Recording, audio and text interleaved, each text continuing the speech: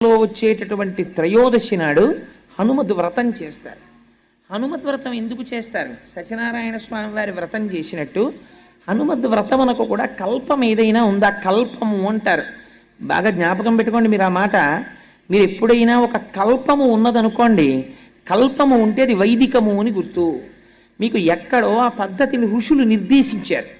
ఆ ఋషులు నిర్దేశించిన పద్ధతిలో జరిగిన దానిని కల్పము అంటారు.